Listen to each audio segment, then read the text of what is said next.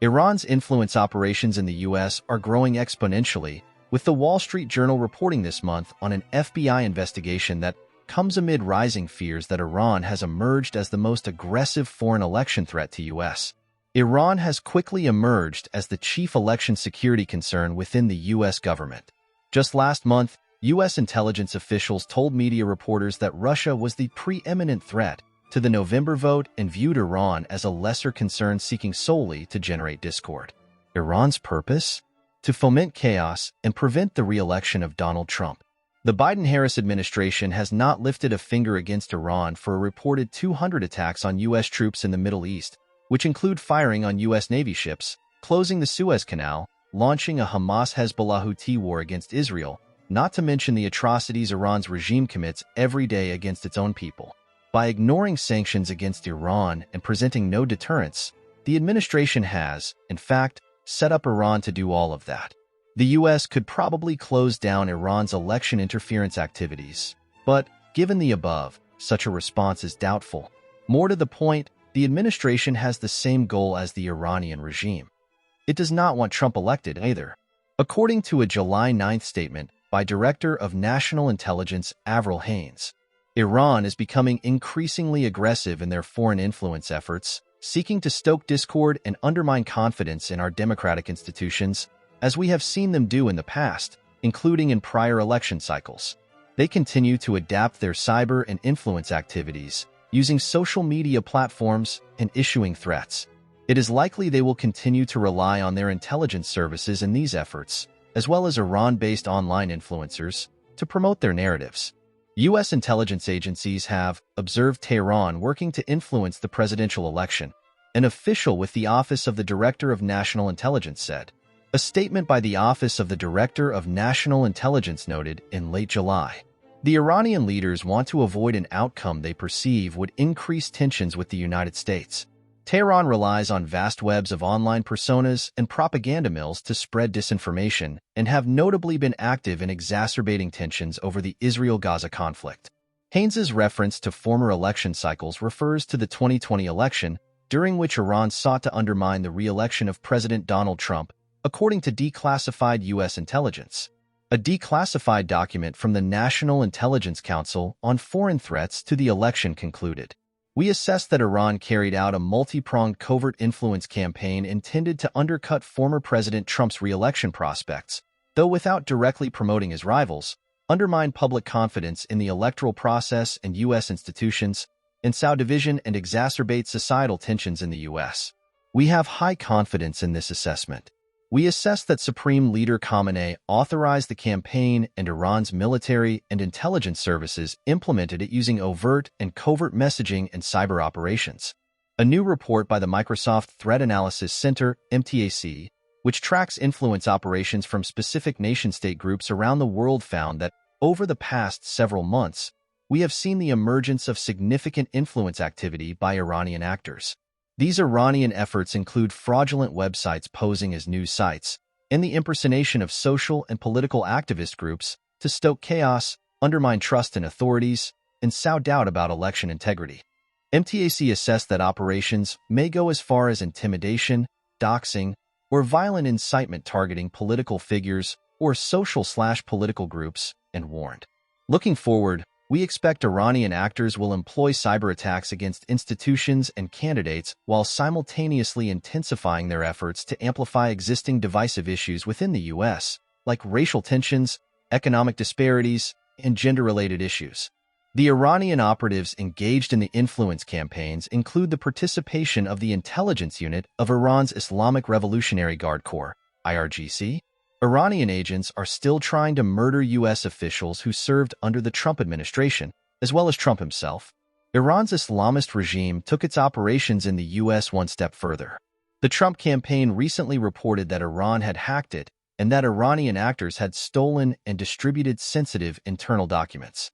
The Office of the Director of National Intelligence, the FBI, and the Cybersecurity and Infrastructure Security Agency confirmed the hacking in a joint statement on August 19th.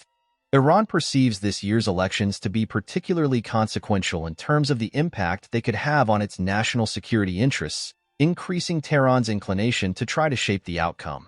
We have observed increasingly aggressive Iranian activity during this election cycle, specifically involving influence operations targeting the American public and cyber operations targeting presidential campaigns.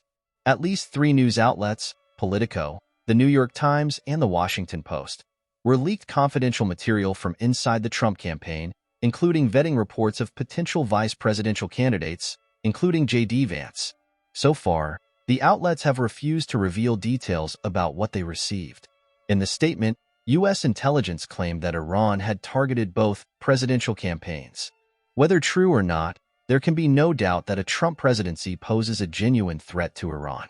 Meanwhile, the lavish gifts, accommodations, and appeasement that the Biden administration continues to shower upon the world's largest state sponsor of terrorism ensures the Islamic regime's survival. The Kamala Harris campaign has previously said it had no indication it was hacked. Of course, why would Iran seek to harm Harris's campaign in any way, when her presidency would guarantee the continuation of appeasement and accommodation that has been the norm for the Democratic Party ever since Barack Hussein Obama was president? Iran has, in fact, threatened to assassinate Trump ever since he ordered the assassination of IRGC Quds Force Commander General Qasem Soleimani in 2020. In July 2024, prior to the actual assassination attempt against Trump at the Pennsylvania rally, an extreme event that has completely disappeared from the news cycle, the Biden administration obtained intelligence about an Iranian plot to assassinate Trump. Another plot to assassinate Trump was recently revealed when an alleged Iranian agent, a man of Pakistani origin named Asif Merchant, was arrested for plotting to assassinate Trump. According to FBI investigators, Trump and other current and former U.S. government officials were the intended targets of the plot.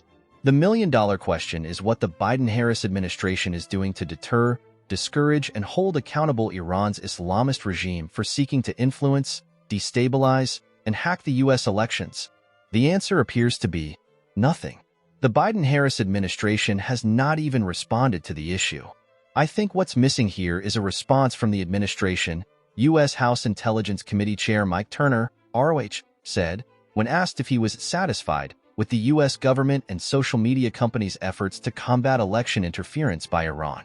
Turner said the administration was not holding Iran accountable or doing anything to deter the Islamic regime, adding, "The administration is both on the hacking side, on the misinformation side, and on the alleged attempt on Donald Trump's life is not holding Iran accountable. There's no red lines. I'm saying that there is not a response that impacts Iran or that has a deterrent effect, or even holds them accountable, and that, of course, results in increased activity and an increased emboldening of Iran to meddle in our elections and to have people at risk in our country.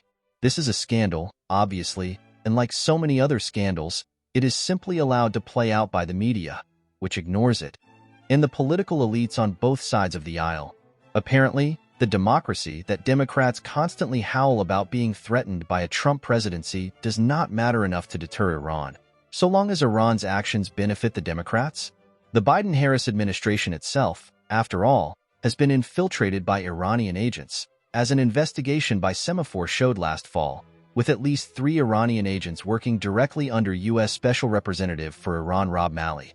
According to the outstanding journalist Lee Smith, Ariane Tabatabai's correspondence with Zahrani offers clear evidence that Malley's protege was an active participant in a covert Iranian influence campaign designed to shape U.S. government policy in order to serve the interests of the Iranian regime.